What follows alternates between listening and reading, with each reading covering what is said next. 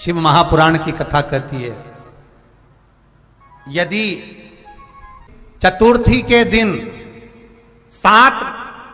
सात गांठ वाली दुर्वा 21 ले लो और चतुर्थी के दिन गणेश जी को समर्पित कर दो। पंचमी तिथि को उस दुर्वा को उठाकर दूध में डाल दो और उस दुर्वा को दूध में डालकर उस दूध में उस दुर्वा को मल लो और जिसके सफेद चमड़ी पड़ गई हो, चर्म रोग हो गया हो, उस दूध को उस दुर्वा के साथ, दूध नहीं भी हो तो पंचमी के दिन दुर्वा का लेपन शरीर पर कर लें। आधे घंटे तक करने पर पंचमी को प्रदोष काल में स्नान कर लें। महाराज, आपको चर्म रोग में आराम लग जाएगा, सफेद चमड़ी अपने असली रंग में आना प्रारंभ हो जाएगी। गणेश पुराण दुर्वा का मूल बता। महाराज, 21 दुर्वा के 108 बंडल बना लो। अगर एग्जाम में बैठ रहे हो, सरकारी परीक्षा में बैठ रहे हो, पास नहीं हो रहे, नौकरी नहीं लग रही, बहुत जगह इंटरव्यू दे दिया, 21 दुर्वा के 108 बंडल बनाओ, उसकी माला बनाओ और देवी के मंदिर में, माता जगदम्बा के मंदिर में, अर्थात जहां शंकर पार्वती पूर्ण परिवार विराजमान हो, ऐसे देवी के मंदिर में गणेश जी के गले में वो माला अर्पण करिया है, अपना नाम बोलकर और जिस एग्जाम में बैठ रहे हैं उसका भाव वर्णन कर महाराज। और वहीं से एक पुष्प लेकर अपने कमरे में जहां पढ़ते हो, कांच की प्लेट में उस फूल को रख दीजिए और दूसरे दिन एग्जाम के लिए चले जाइए। आपको उसका फल अवश्य मिलेगा, अवश्य मिलेगा। आप उसमें उत्तीर्ण होंगे, फल प्राप्त होगा। दुर्वा सुख का अनुभव करा देता, आनंद का अनुभव। एक बात और स्मरण रखे, जैसे कोई की प्रॉपर्टी है, कोई की जमीन है और वो जमीन तुम्हारी कोई ने कब्जा कर लिया, तुम्हारा नाम नहीं हो पाई, या कोई उसमें लफड़ा हो गया या तकलीफ आ गई और पैसा उसमें अटक गया, उसके लिए भी कनेर का पुष्प श्रावण महीने के जितने सोमवार आते हैं, रविवारी, सोमवारी और भोमवारी, कौन कौन से बार हो गए? रविवार, सोमवार और मंगलवार, 3 बार। प्रथम दिवस में कनेर का 1 पुष्प लेना है, द्वितीय दिवस में कनेर के 5 पुष्प लेना है और तृतीय दिवस में कनेर के 3 पुष्प लेना।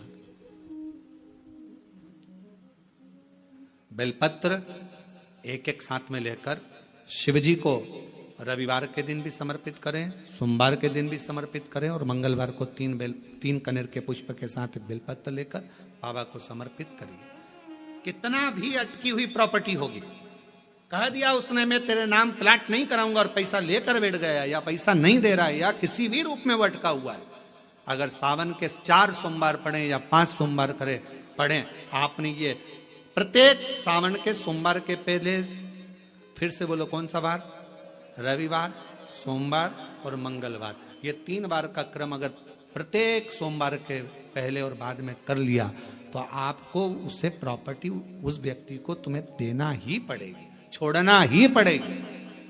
उसको खुद अपने आप में बेचैनी होने लगेगी, मुझे बुलाएगा, आपको जाना नहीं पड़ेगा, खुद बस फोन लगाया आपने, भैया हमारा करा दो, हमारा करा दो, 2 बार 3 बार अगर बोला, चौथी बार वो खुद बुलाएगा, बेचैनी बढ़ेगी। मेरा बाबा उसको खुद खल बुला देता। शिव शिव है, उसको कहते सत्यम शिवम सुंदर, शंकर शंकर, वो नित्य कृपा कर, नित्य। श्रावण के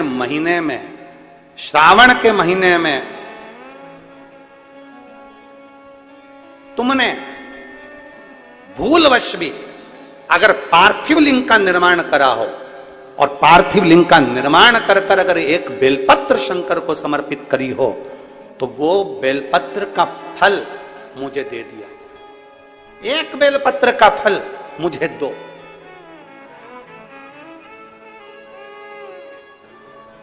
एक बेलपत्र का, हाँ, केवल 1 बेलपत्र का फल मुझे दे दीजिए, केवल 1 बेलपत्र का फल मुझे प्रदान कर दीजिए, केवल 1 बेलपत्र का फल मुझे दे दीजिए। 1 बेलपत्र, हाँ। पार्वती जी कहती हैं इस बच्चे के लिए, मैंने हजारों वर्ष तक अगर तप करा हो तो वो तप भी तू ले ले, मैं तुझे देने को तैयार हूं। 1000 वर्ष का तप मैं घड़ियाल तुझे देने को तैयार हूं, पर एक निवेदन है कि श्रावण महीने में जो मैंने एक पार्थिव लिंग का निर्माण करा और जो बेलपत्र समर्पित करा, उसका पुण्य मैं तुझे नहीं दे सकती।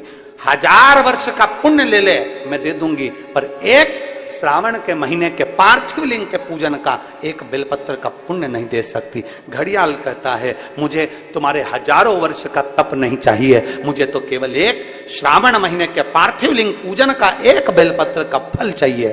तब पार्वती जी ने विचार करा, अब जरा विचार आप करिएगा, 1000 वर्ष तक तप करने का फल घड़ियाल नहीं ले रहा है, एक सावन के महीने के पार्थिव लिंग के पूजन में जो बेलपत्र समर्पित किया गया उसका फल ले रहा है। मतलब समझने का विषय है कि एक पार्थिव लिंग सावन के महीने में बनाया जाता है और उस पे एक बेलपत्र चढ़ाई जाती है, तो 1000 वर्ष के तप का फल ज्यादा है, उसका फल ज्यादा है।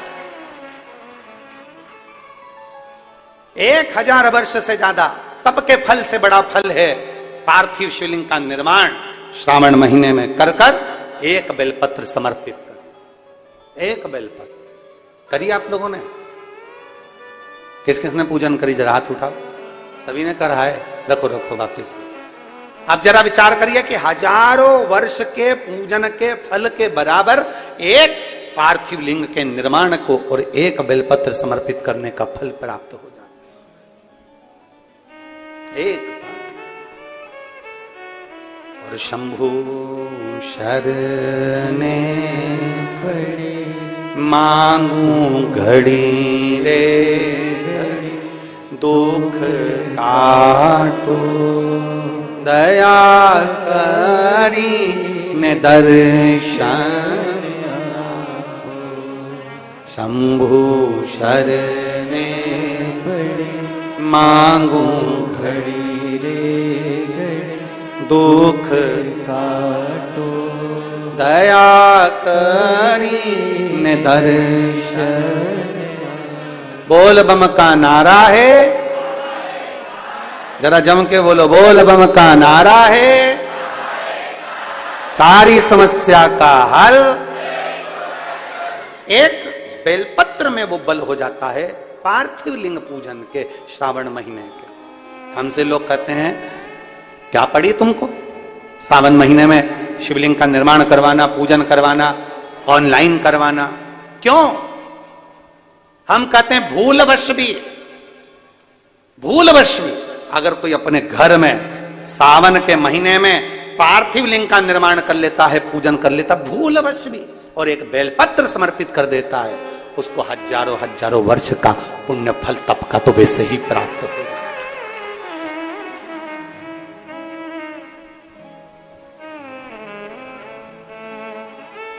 अब इतने कम से कम जिस दिन पार्थिव लिंग का निर्माण का करते हो, आप लोग पूजन करते हो, उतने समय तो कम से कम तुम्हारे विचार तो अच्छे रहते हैं, तुम्हारी बुद्धि तो अच्छी रहती है, तुम्हारा चित्त तो अच्छा रहता है, उतने समय तुम भगवान शंकर की भक्ति तो करते हो।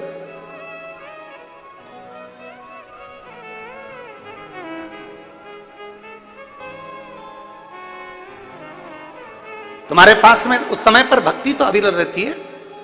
रोज आप अगर शमी के पत्ते को नहीं चढ़ा सकते, महीने में 1 बार या 2 बार शमी का पत्ता शंकर के ऊपर अवश्य समर्पित करना चाहिए। क्यों? शरीर में अगर कोई बड़ी बीमारी आने वाली होती है तो बाबा उस विष को समाप्त कर देते हैं, मात्र शमी का पत्ता समर्पित कर देते हैं। भले महीने में 2 बार चढ़ाओ, हफ्ते में 1 बार चढ़ाओ, तुम्हारा मन पड़े तो हफ्ते में 2 बार चढ़ाओ। ज्यादा बीमारी है, शमी का पत्ता एक शिवजी के शिवलिंग पर, और एक पत्ता जहां से पानी बहकर नीचे गिरता है ना, जलाधारी में से शिवजी पे जल चढ़ाया। जैसे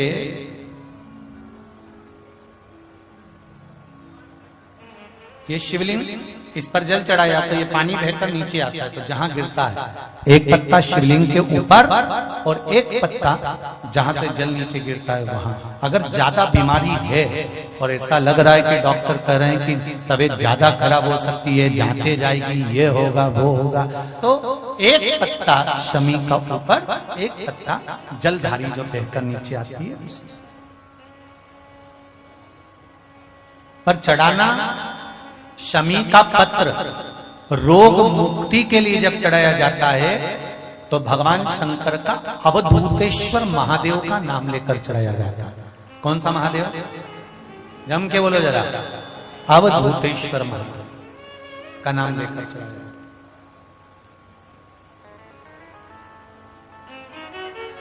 एक बात आपको कही थी अभी पिछले कथाओं में, गाय के दूध का घी बनाकर उसकी एक उंगली घी की अशोक सुंदरी वाली जगह पर लगाकर, जो व्यापार नहीं चलता हो, दुकान नहीं चलती हो, अशोक सुंदरी वाली जगह पर घृत लगाकर घर के दरवाजे पर या व्यापार के द्वार पर उस उंगली को लगा देना चाहिए। घृत पर होना गाय के घी का। गौमाता शिव पुराण कर रहे हैं, बाबा देवादिदेव महादेव की कथा पुराण में आता है कि शमी वृक्ष की पत्ती को जब कोई नारी, पुरुष, बच्चा, बूढ़ा, जवान उस शमी के पत्ते को बेलपत्र के साथ लेकर जब शिवालय तक जाता है, जितनी देर तक वो शमी का पत्ता उसके हाथ में रहता है, जितनी देर तक शमी का पत्र उसके घर में रहता है, जितनी देर तक शमी का पत्र उसके स्पर्श में रहता है, उतने उतने शरीर के रोग, दुख, ताप काट देता है और उसे अलग से बल प्रदान कर देता है।